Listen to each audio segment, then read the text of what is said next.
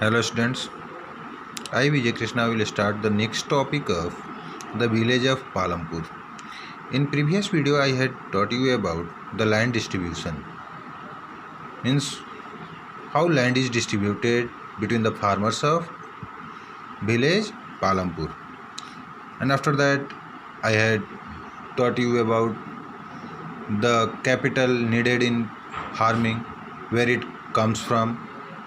Today we will study about the sale of surplus from farm product, means agricultural field से जो हम production करते हैं crops का।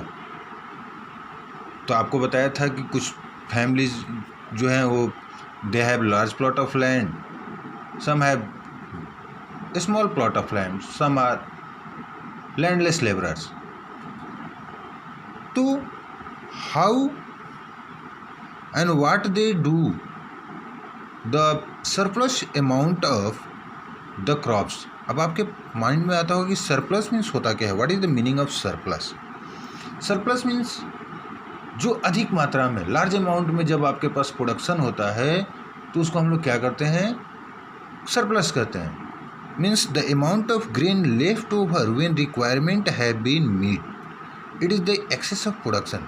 फॉर एग्जाम्पल, आपकी 1 हेक्टेयर प्लॉट में 10 क्विंटल वीट हो गया और आपकी रिक्वायरमेंट क्या है, केवल आपकी जो नीड है घर की वो 2 क्विंटल या 3 क्विंटल है। तो जो एक्सेस अमाउंट में जो लेफ़्ट ओवर हो गया, मीन्स आपके पास 6 क्विंटल 7 क्विंटल जो लेफ़्ट रह गया, जो बच गया आपकी रिक्वायरमेंट्स के बाद, तो चीज़ें क्या हो गई, वही अमाउंट को क्या कहते हैं, हम सरप्लस कहते हैं।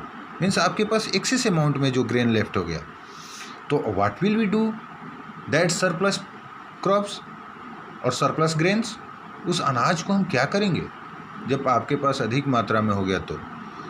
तो we will sell it to the traders और to the nearby market.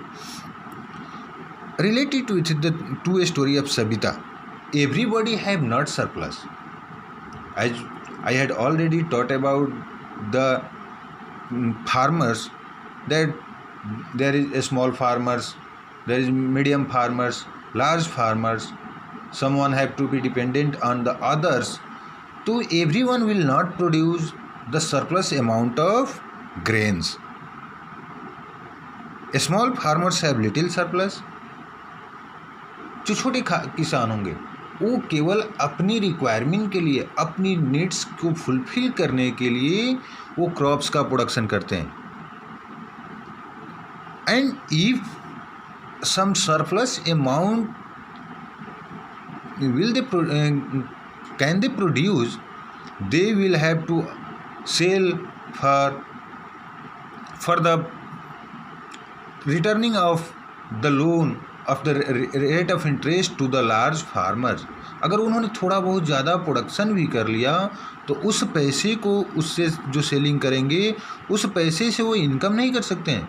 वो उस पैसे को उन्हें जो इंटरेस्ट के रूप में जो लोन लिया हुआ है किसान लार्ज फार्मर से, उसे वो केवल चुका सकते हैं।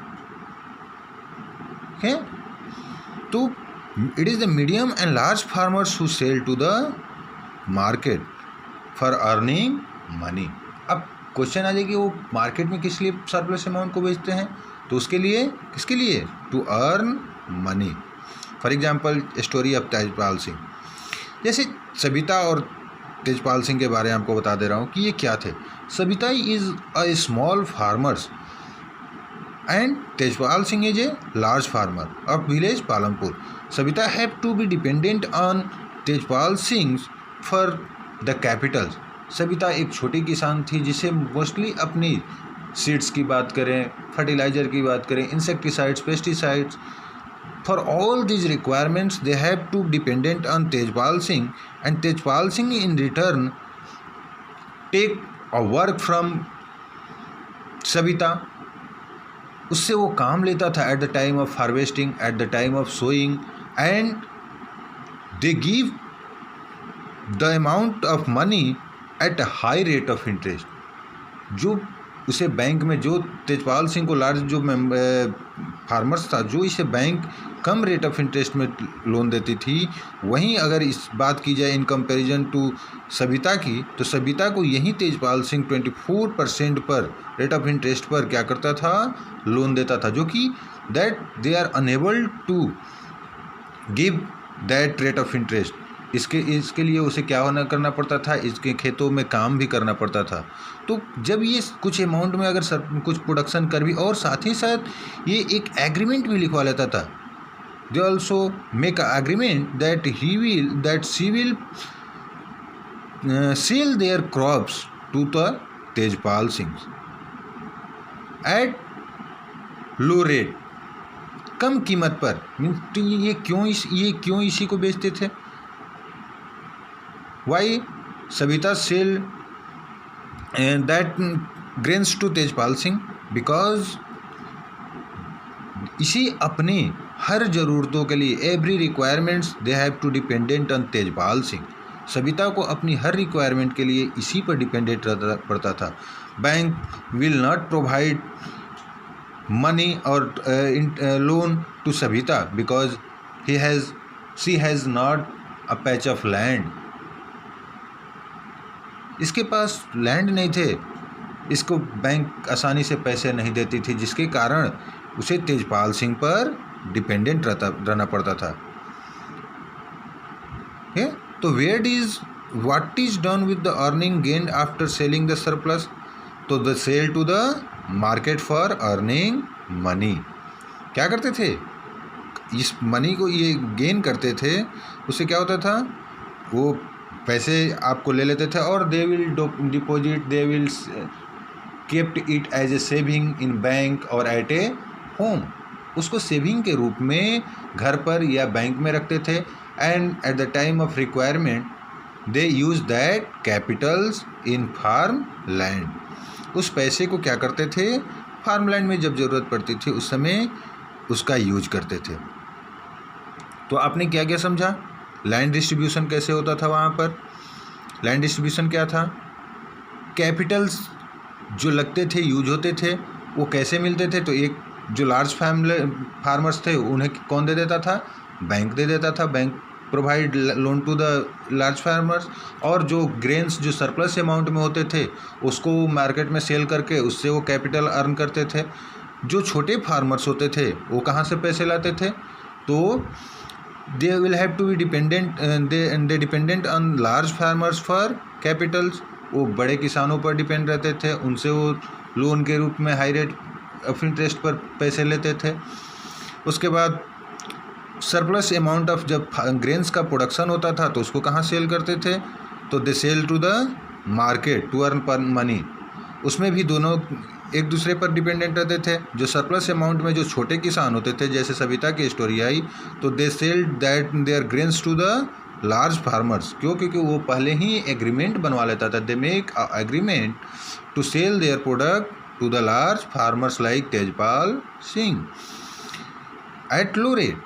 वो एक रेट फिक्स्ड कर देता था, उसी रेट पर लेता था। और उस फॉर एग्जांपल मान लीजिए अभी ही वीट की प्रोडक्शन हुई है, वीट की गवर्नमेंट ने एमएसपी रेट तय की है 1900 रेट।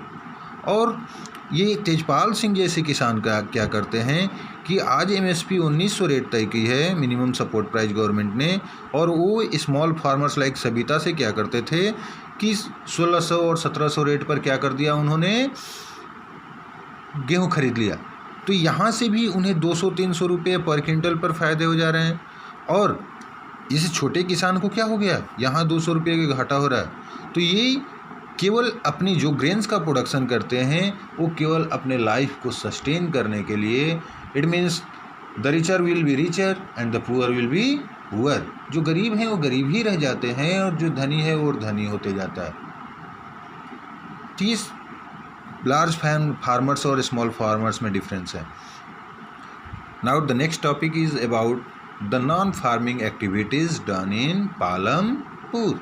पालमपुर में कैसे नॉन फार्मिंग एक्टिविटीज़, कौन कौन सी नॉन फार्मिंग एक्टिविटीज़ होती है, जो कि आपका लास्ट टॉपिक है, वो आपको फर्दर नेक्स्ट वीडियो में हम आपको पढ़ाएंगे।